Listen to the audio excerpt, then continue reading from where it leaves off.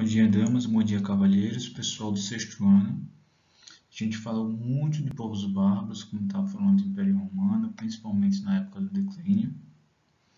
Agora a gente vai falar especificamente dos povos bárbaros. Eles eram muitos, mas a gente vai falar dos 4 principais que tiveram maior importância naquele período do fim da Antiguidade e do início da Idade Média. Como já foi frisado, a gente já sabe, o fim da Antiguidade e o início da Idade Média ele é marcado pela queda do Império Romano do Ocidente, pela queda de Roma. Vamos iniciar. Bom, povos bárbaros. Os povos bárbaros eram um termo genérico, certo? É um termo como, de modo geral, os romanos chamavam os outros povos. Os outros povos ali da Europa, da Ásia, quem não era romano era bárbaro. Ou seja, não existia um único povo bárbaro. Existiam muitos povos bárbaros com características culturais, apesar de algumas semelhanças, tinha também suas diferenças. Então, cada povo bárbaro era único, existiam diversos. Okay?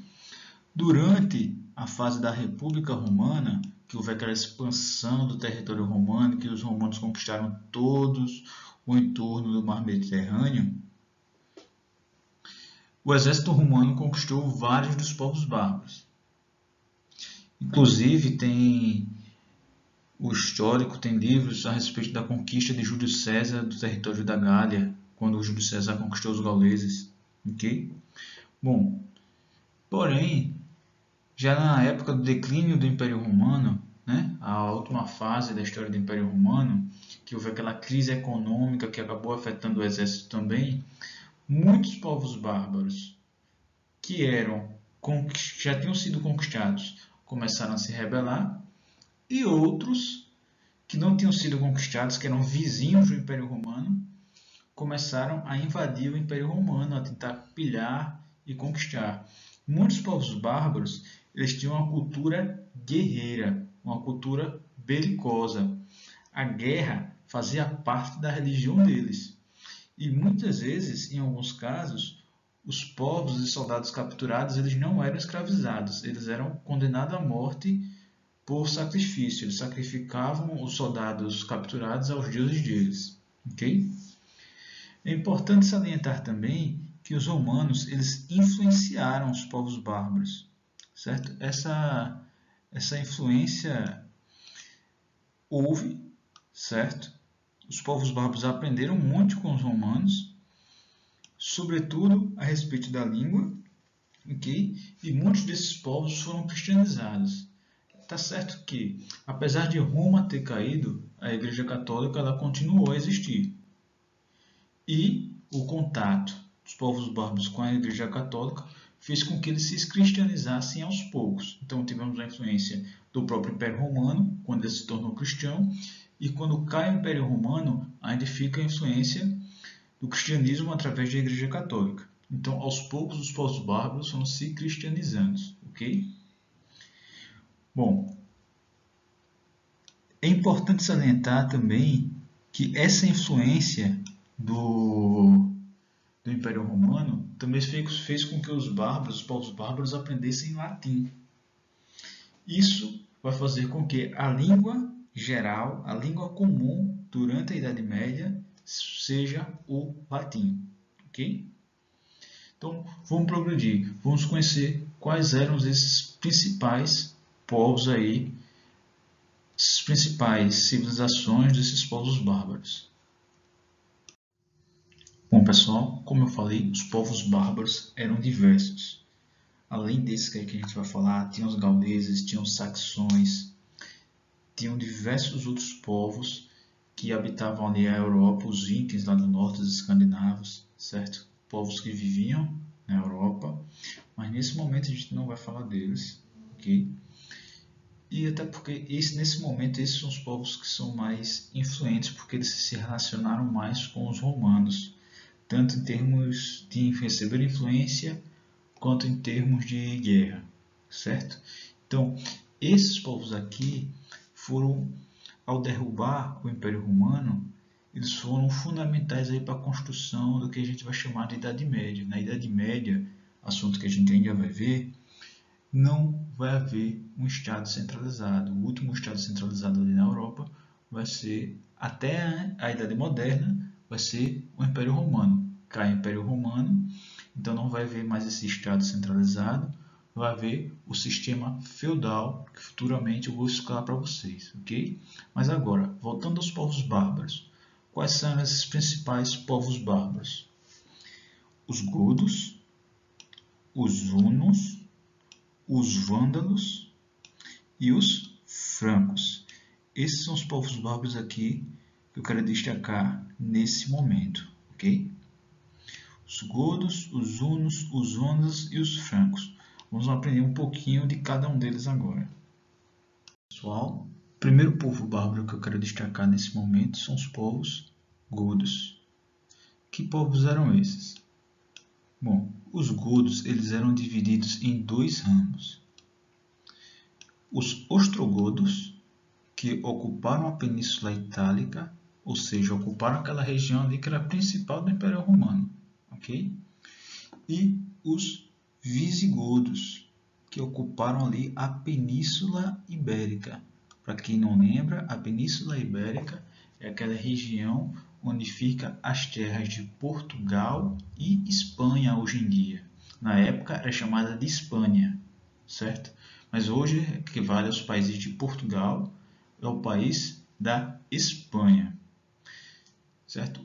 Os godos, né, os ostrogodos e visigodos, eles, de modo geral, eles tinham aquela característica guerreira que eu mencionei, que era o que? Eles não faziam escravos, de modo geral, ok? Eles capturavam, os guerreiros que eles capturavam em guerra, eles sacrificavam nos rituais religiosos deles, certo? Então, a guerra fazia parte da religiosidade dos godos, ok? De modo semelhante aos astecas, que a gente vai estudar ano que vem, quando estudar os povos pré-colombianos e as culturas nômades e seminômades da América, ok? Então, os godos tinham essa guerra, essa captura de escravos para fins religiosos como elemento da religiosidade deles. Uma outra coisa curiosa que é que o termo gótico se refere a traços artísticos que de algum modo foram influenciados na cultura pelos godos. Então, quando a gente vê um desenho gótico, uma arte gótica, uma arquitetura gótica, aquela arquitetura tem alguma inspiração e alguns traços na arte dos godos, ok? Os hunos. Os hunos eram um povo diferente desses outros povos bárbaros que a gente está vendo. Eles eram oriundos da Ásia. Eles tinham origem na Ásia, mais especificamente onde hoje é a região da Mongólia, é no norte da China, acima da China. Bom, os hunos eles foram unificados, certo? E foram liderados por um general que ficou conhecido como, que o nome dele era Átila, né? Átila o Huno. Esse general era um excelente general, certo? Os hunos eles eram caracterizados por sua perícia no arco e sua equitação. Equitação é relativo a cavalos, a montar a cavalo, ok? E tem uma característica bem específica, eles misturavam essas duas artes. Os hunos eram um dos poucos povos que conseguiam muita eficiência em uma tropa de arqueiros montados a cavalo. Okay? Não sei se vocês já assistiram, tem um desenho chamado Mulan, um filme, que a China é atacada por um povo, né? E esse povo que ataca a China naquele desenho são justamente os hunos, certo? Átila era um general, um líder tão cruel que ele ficou conhecido como flagelo de Deus, devido à sua crueldade. Bom, os hunos eles chegaram a cercar Roma, porém Roma ela não foi saqueada pelos hunos. Existem alguns historiadores que relatam, certo, que isso foi uma vitória diplomática da liderança que ficou em Roma, né, o Papa São Leão Magno. Quando o Império Romano cai, o Império Romano do Ocidente cai, então não existe mais figura no Estado, não existe mais Estado. Então, uma das poucas organizações que ficaram, que sobreviveram à queda do Império Romano, foi justamente a Igreja. E o Papa, nessa época, ele exerceu meio que uma influência e uma liderança. Okay?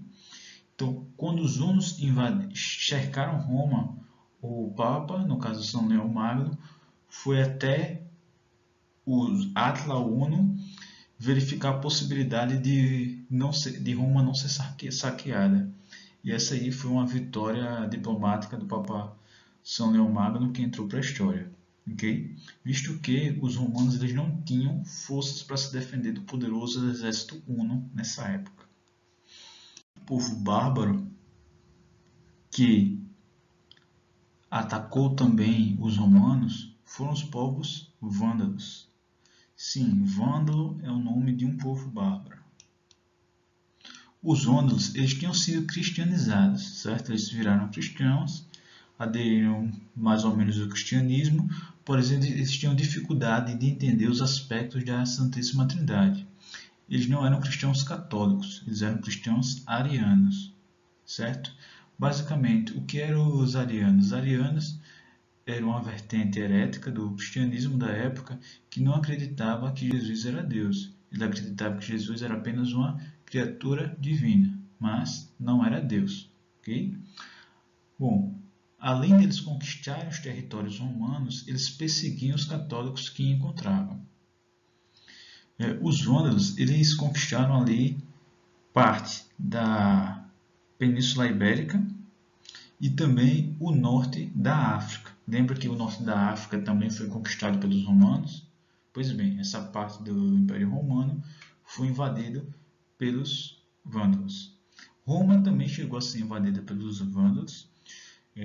Eles chegaram a saquear Roma, certo? E esse saque a Roma foi que deu origem ao termo vandalismo, ou seja, pela violência na pilhagem que eles fizeram, certo? Vandalismo é a prática dos vândalos, que é esse povo bárbaro que a gente estudou, ok?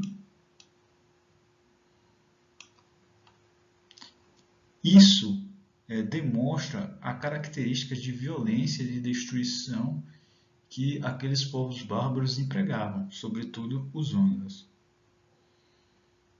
Bom, por último, e acredito que o mais importante dos povos bárbaros desse interim foram os francos, certo? Por cerca de 500 anos, os francos governavam ali a região do norte da França, certo? Onde hoje é o norte da França, ok? E, inclusive, o nome França vem de francos, tá? Bom, a região ela foi governada por um rei chamado Clovis I. Clovis I ele foi um importante rei. Por quê? Porque ele foi o primeiro rei a se tornar um rei católico. Ele se converteu ao cristianismo e ao cristianismo católico. Isso foi muito importante, porque agora a religião católica ela tinha um exército, ela tinha um rei poderoso que tinha um exército e iria, vamos dizer assim, proteger os católicos de outros povos que porventura tivessem como é que eu posso dizer, uma ira maior em relação aos católicos, por exemplo, os vândalos, certo? Então, como era costume na época, quando o rei se convertia, todos os súditos acompanhavam a conversão do rei, ok? Então, quando Clovis I se torna católico, diversos outros povos, aliás, diversos dos seus súditos também se tornam católicos, certo? A conversão do soberano foi um passo para a união entre francos e os romanos gauleses. Lembra que eu falei que o Júlio César tinha conquistado a Gália, terra hoje é o sul da França? Pois bem, e a França tornou o primeiro reino cristão após a queda de Roma. Isso aqui é muito importante, tá? A gente sabe que a Europa, durante a Idade Média, ele foi basicamente cristã, né? Que o catolicismo teve uma grande influência cultural durante a Idade Média. Isso se deve muito à sobrevivência do catolicismo, que foi garantida através do poder militar do Clovis I. Após a morte de Clovis I, o reino dele vai ser dividido entre seus descendentes. Os francos ele têm uma característica muito interessante, né? Geralmente a gente pensa assim, olha, quando o rei morre, o filho mais velho assume o trono. Bom, isso é mais comum para os reinados absolutistas da Idade Moderna, que a gente vai ver, vocês vão ver isso no 7º ano. Na Idade Média, ou na final da Antiguidade, isso variava muito, certo? E no caso dos francos, quando o rei morria, as suas terras e poder eram divididas igualmente entre seus filhos, ok? Dos descendentes de Clovis I é que vai vir a dinastia Merovíngia, que vai ser uma dinastia muito importante durante a Idade Média, vai exercer muita influência. Então, para esse momento, é isso que eu quero que vocês gravem, ok? Essas características desses povos bárbaros em específicos, sobretudo dos francos, que foram o primeiro povo bárbaro a se converter ao catolicismo, o primeiro rei bárbaro a se converter ao catolicismo, e que isso influenciou muito a vida cultural da Europa. Okay? Até a próxima aula.